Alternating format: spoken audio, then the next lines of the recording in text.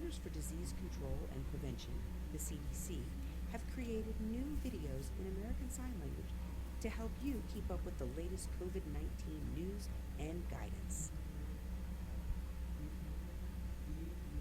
Learn how to protect yourself and the people you care about from COVID-19.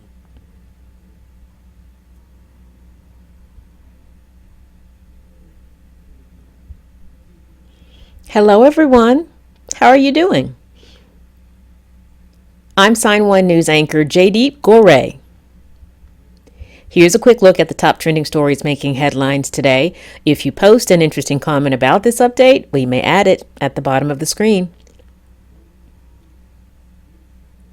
The U.S. Supreme Court has temporarily extended a hold on a lower court ruling that would have restricted access to the abortion pill mifepristone.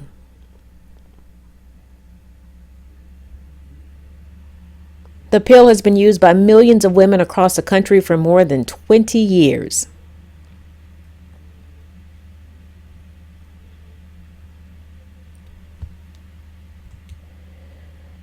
The hold was ordered by Justice Samuel Alito because he has jurisdiction over the lower court at the center of this case. Alito said the decision to order the hold would give justices more time to consider the case.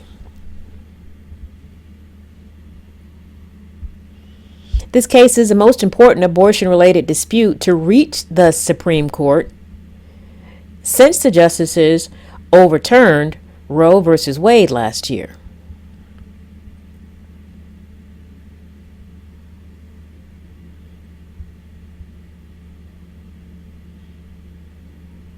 Two teenagers, ages 16 and 17, have been arrested in connection with the deadly shooting at a Sweet 16 birthday party in Dadeville, Alabama this past weekend.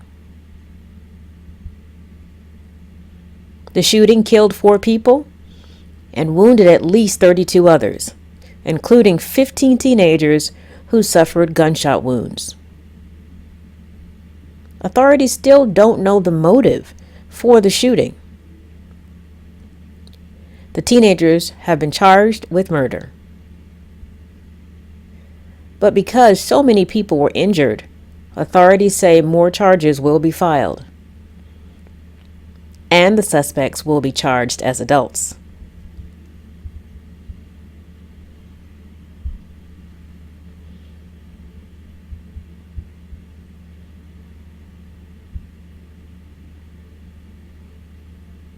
Today is a sad day for 2 reasons. It is the 28th anniversary of the Oklahoma City bombing and the 30th anniversary of the Waco tragedy.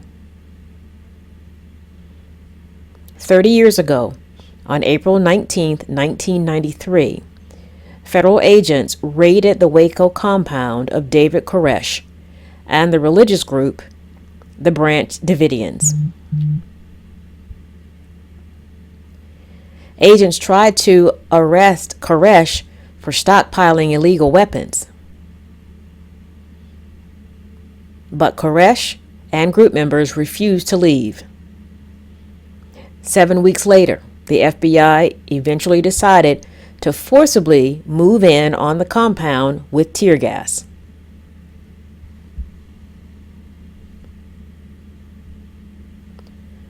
Four federal agents and 82 Branch Davidian members, including 24 children, died in a violent shootout and as a result of a large fire that engulfed the building.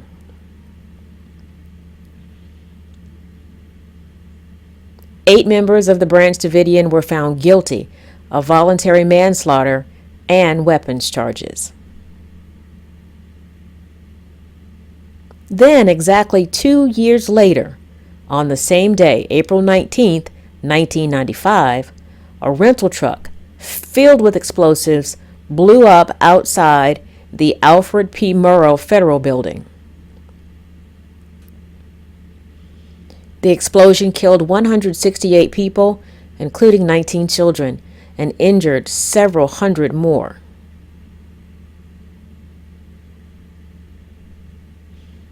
two former U.S. Army soldiers, Timothy McVeigh and Terry Nichols, were convicted of the attack.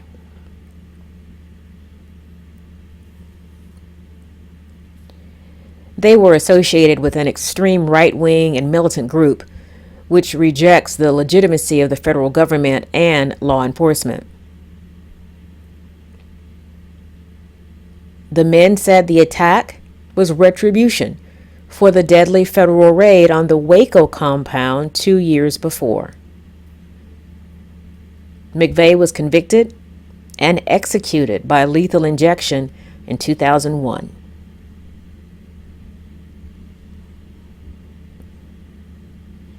Nichols was also convicted and is serving the rest of his life in a federal super maximum security prison.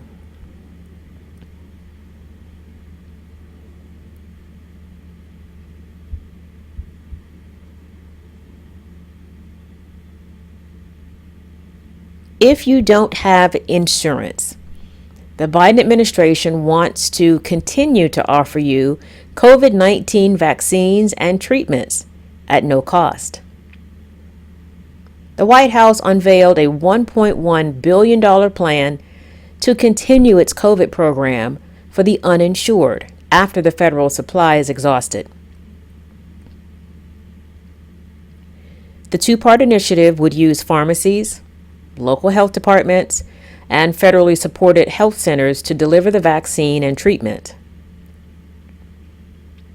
Biden administration health officials say the program would run through December 2024.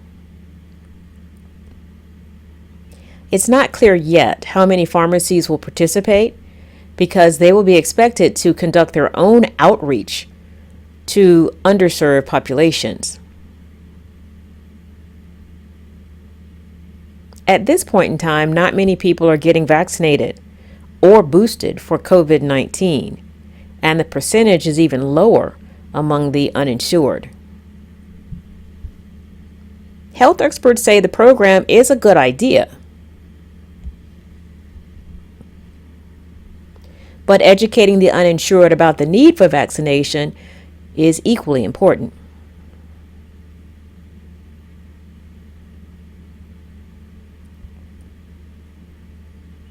Globally known pastor Charles Stanley died Tuesday at age 90.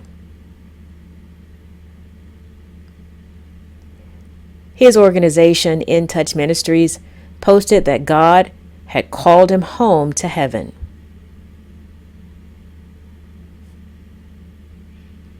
Stanley spent 50 years as senior pastor of First Baptist Atlanta Church before transitioning to pastor emeritus. He was best known for using television and radio to reach people around the world. In a statement, Atlanta Mayor Andre Dickens commended Stanley for making the Bible accessible to citizens of 150 countries.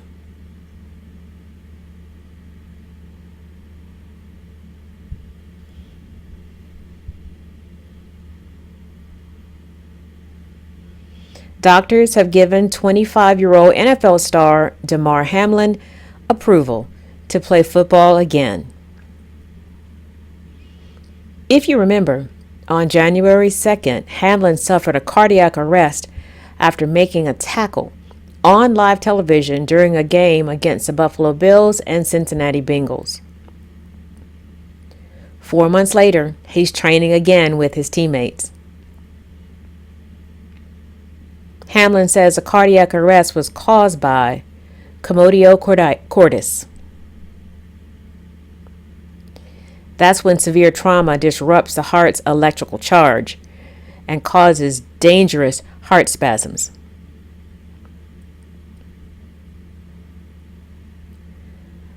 Health experts say because commotio cordis is rare and Hamlin's heart has no underlying issues, it's unlikely that he'll have problems again. And that's why he was cleared to play.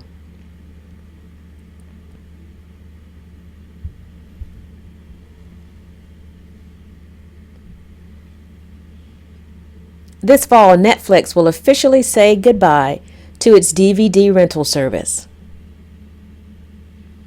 The company tweeted that it will send out its last red envelope on September 29th. Since 1988, the streaming service says it has mailed out more than 5 billion DVD and Blu-ray rentals to subscribers across the U.S.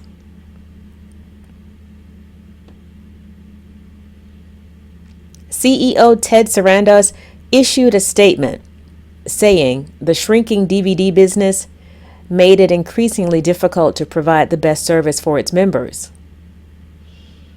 He says this decision to end DVD rentals will help Netflix maintain its quality of service.